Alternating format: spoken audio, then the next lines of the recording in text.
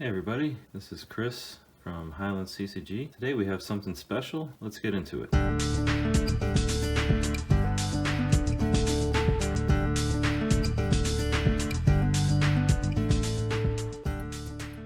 Hey folks, this is part 2 of going through my Graded Arabian Nights collection. I'm missing about 9 cards. I've submitted them to BGS, waiting to film that opening. Yeah, it's just cool to see them all out here together and get a chance to look at them. So let's get to it. Next on the list is Graders. So this is the dark variant, because you can't really see that 1 mana over there, that colorless. This is a quad plus plus, so it's got 9/5 edges and a 9 surface. Here we have the light variant, so you can see the one very clearly there. This one is a quad plus. Next we have another big boy in the collection. This is the Djinn, very popular card in old school. And this is a 8/5 basic plus plus. So it's got 8 on the corners, and it's got 9 centering and 9 surface with 8/5 edges. Honestly, the corners look really good. This could be a candidate for a resubmit, maybe. Maybe I'm missing something I can't see, but great card. I don't really often play green, but once I started doing like old school tournaments, I was trying out different decks. Get a nice green aggro deck with some Djinns in it, forget about it. Alright, next up we have an eye for an eye and 9. This is a 9 quad, so all subgrades are 9. Next up we have Flying Carpet. This is so it's got 3 9/5s, centering, corners, and surface. And it's got an 8 on edges, which is, yeah, it's got a ding right there. And it's got a tiny one there. So I can't argue with that. Next we have an iconic card from the set. Crisper Rush art. Card I use all the time. I have lots of copies of it. Put this guy in, throw an unstable on him, and he'll devastate your opponent. This is a quad plus with quad plus 9 with 10 surface.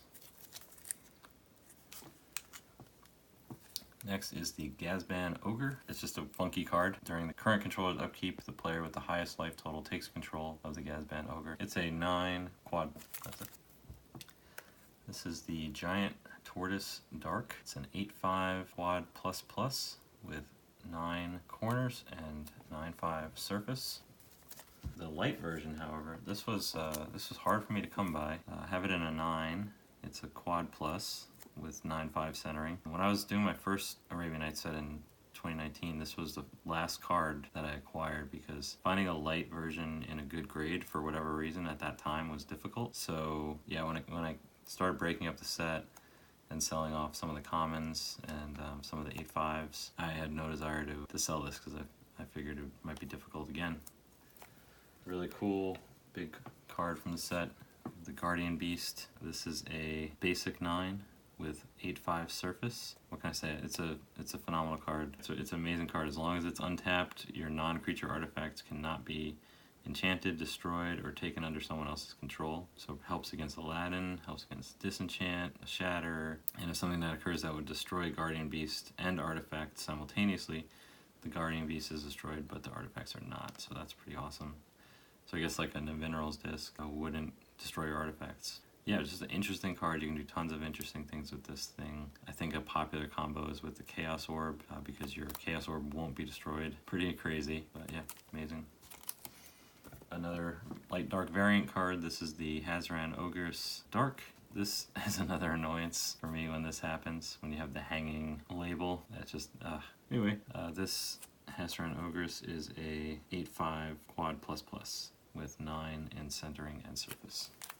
Here's the light version with the light 2 in the text. This is also a quad plus plus with 9/5 centering and 9 edges. A personal favorite of mine, this is the If Biff Ifrit. A couple of reasons I like this. I like the misprint history of it with this art being used on the Serendib Ifrit in Revised. And then when I started collecting these cards and I got this one, I thought the ability is pretty amazing, the Hurricane. And I actually use it in, I use a few of them in a variation of the Leprechaun Ward deck, can give this guy green ward, essentially through the hurricanes, and he survives. Yeah, very neat card. Very happy to have that. It's a 8/5 quad plus plus with 9/5 edges and 9 corners. Here is the Island Fish. Art is amazing on this card. You know, it's just another one of the blue nerfed creatures. This one is a quad plus plus 8/5 with centering and edges at 9. Here we have the Island of Wak Wak. This is a basic 8/5 plus with 9 centering. Next we have Jandor's Ring. Jandor's Ring is one of my favorite cards. You know, obviously Jam Day Tome. I really like Jalum Tome. Jalum Tome, in my opinion, is kind of a better version of this card, but I'll still use this card. Sometimes I have all of them together, maybe an Aladdin's Lamp. And yeah, good card. You can discard a card you just drew and then draw another card to replace it. So if you're trying to get to something quickly and you know that the card you got just now is not going to be useful at this point in the game, then, you know, why not cycle through? So this particular card is it's got centering and edges of 9, surface 9/5, and an 8 on the corners. I don't see anything on the corners really that I would say has an 8. If anything, there's got like it's got a little ding here on the edge. So I would probably have put this as corners 8/5, edges 8/5. But anyway, next we have Jandor's Saddlebags. This is a basic, basic 9 plus with 9/5 surface, 8/5 centering. Next we have Jeweled Bird. This is a 9, basic 9 plus with 9/5 centering, 8/5 corners. This one corners, yeah, it's got a ding there. I would agree with that. This has also got a ding on the edge though, so I don't know. I don't think this really deserves the 9 on the edge, to be honest. Interesting card, anti-card. You can replace your anti-card with Jeweled Bird, so it'd be pretty funny if you had like a whole bunch of Jeweled Birds and you can just use them to get out of jams. This is a sensitivity card of 2020. Yeah, one thing that just kind of annoys me is that the fact that these cards aren't in lists anymore. I mean, if you don't want to sell the card, fine. It's one thing, I think, to, you know, say to ban the card or to not sell the card or whatever, but to just not acknowledge that it ever existed is kind of strange. Yeah, I think it's a good card. It's a strong card. I play with it occasionally. This is a 9, basic 9 plus plus with 9/5 centering and 9/5 edges. Yep. Juna Mafreet. This is a basic 9 plus with 9/5 centering. Here we go. This is, you know, probably one that you wanted to see. This is a big card in Arabian Nights, obviously. And a big card in Old School. Yeah, I'm very happy to have this. I bought this back in 2019. It's a 9 quad. This is you know, one of the big cards in the collection. So very happy to have it in this condition, and really enjoy whenever I get to take it out and take a look at it. So one last look. Yep, Cabal Ghoul. It's a basic 9 plus, edges are 9/5, surface is 8/5. Very cool ability. I love the fact that it gets the +1/+1 counter, even if it had nothing to do with that creature dying. You could do lots of funky things to pump this guy up. So pretty cool. All right, got what I think is an undervalued or underappreciated card in Old School, given you have Urnums and Serendib Ifrits running wild, and this guy can tap to destroy them. Great sideboard card at the minimum. This particular copy is a quad plus plus with 9/5 centering and 9 surface. Next we have Curd Ape. So this is a quad plus plus with 9/5 edges and corners. Yeah. All right, another heavy hitter if you're keeping track of the alphabet.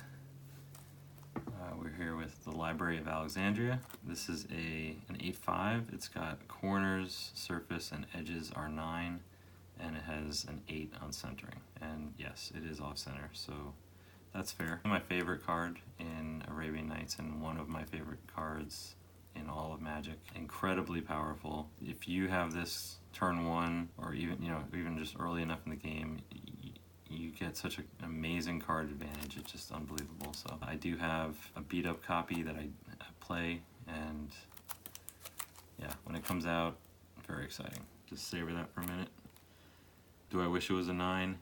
Sure. Will I upgrade to a 9 in the future? I don't know, maybe.